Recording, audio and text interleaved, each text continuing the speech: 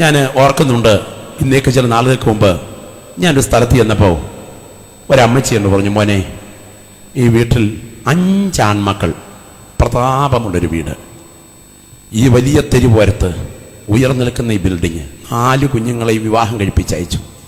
ഇളയ കുഞ്ഞിനെ എനിക്കിഷ്ടപുത്രനായി വളർത്തിയതാ. കാൽ വളരുന്നോ കൈ വളരുന്നോ എന്ന് നോക്കി, തലയിൽ വെച്ചാൽ പേനരിക്കും, നിലത്ത് വെച്ചാൽ ഉറുമ്പരിക്കുമെന്ന മട്ടിൽ കൈവെള്ളയിൽ അവനെ വളർത്തിയേ.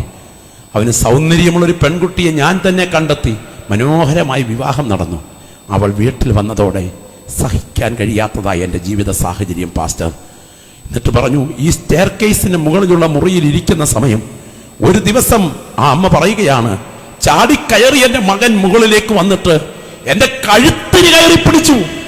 എന്നിട്ട് കഴുത്തിന് ഞെക്കിക്കൊണ്ടങ്ങ് എഴുന്നേൽപ്പിച്ചു. എൻ്റെ നാക്ക് 3-4 അങ്കുലം പുറത്തേക്ക് ചാടി, എൻ്റെ കണ്ണ് തള്ളി. എന്നിട്ട് അവൻ പറയുകയാണ്, കഴുത്തിന് പിടിച്ച് ഞെക്കിക്കൊണ്ട്, എന്നേ തള്ളേ, മര്യാദയ്ക്ക് ഇവിടെ കഴിഞ്ഞുകൊള്ളണം, അല്ലെങ്കിലേ എൻ്റെ ഭാര്യ പറയുന്നത് അനുസരിക്കാൻ കഴിയത്തില്ലെങ്കിലേ ഈ ക്ലാസ്സിലൂടെ നിങ്ങളെ ഞാനെടുത്ത് പുറത്തേക്ക് തള്ളും, വല്ല വണ്ടിയും നിങ്ങളുടെ മണ്ട കയറിയിറങ്ങും കേട്ടോ എന്ന് പറഞ്ഞ് വിട്ടിട്ട് പോയി. എന്നിട്ട് അമ്മ പറയുക, നല്ല കുഞ്ഞാ കേട്ടോ, അന്നേരത്തെ കോപം കൊണ്ടങ്ങ് സംഭവിച്ചതേ ഉള്ളെന്ന്. കഴുത്ത് പിടിച്ച് ഞെക്കി നാക്ക് പുറത്ത് ചാടിച്ചിട്ടും അമ്മ പറയുക നല്ല കുഞ്ഞാന്ന്.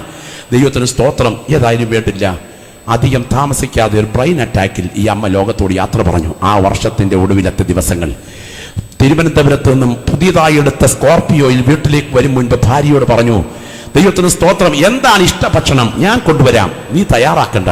പക്ഷേ തയ്യാറായി. വരുന്ന സമയം ദൈവത്തിന് സ്തോത്രം, ഭാര്യ ഭക്ഷണം കാത്തിരിക്കുന്നു. അതിവേഗം ഈ വാഹനം പാഞ്ഞു വരുമ്പോൾ വഴിയിൽ വെച്ച് ട്രക്കുമായി കൂട്ടിയിടിച്ച് ഡ്രൈവറും ഇദ്ദേഹവും തൽക്ഷണം ചിതറിത്തെറിച്ചു. കുത്തിക്കെട്ടിയ ആ മാംസപിണ്ഡം വീട്ടിലോട്ട് കയറി വരുന്ന സമയം ഞാൻ അവിടെയുണ്ട്.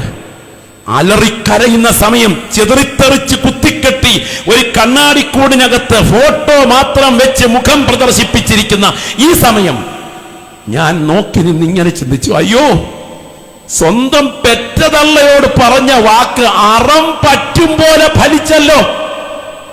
ഇന്ന് രാത്രി ദൂത് കേൾക്കുന്ന സുഹൃത്തെ, നിന്റെ മാതാപിതാക്കളോട് നീ ഇന്ന് ചെയ്യുന്നത് നീ ഇന്ന് വിതയ്ക്കുന്നതാണെന്നും അതിന്റെ പരിണിത ഫലം അധികം താമസിക്കാതെ നീ നാളെ കൊയ്യുമെന്നും മറക്കരുത്. നിന്റെ ബന്ധങ്ങൾ തകർന്നിട്ടുള്ള പ്രാർത്ഥന പ്രഹസനമാണ്. ഇന്ന് രാത്രി ക്രൂശ് ബന്ധങ്ങളെ ഏകീകരിക്കാൻ ശ്രമിക്കുന്നു.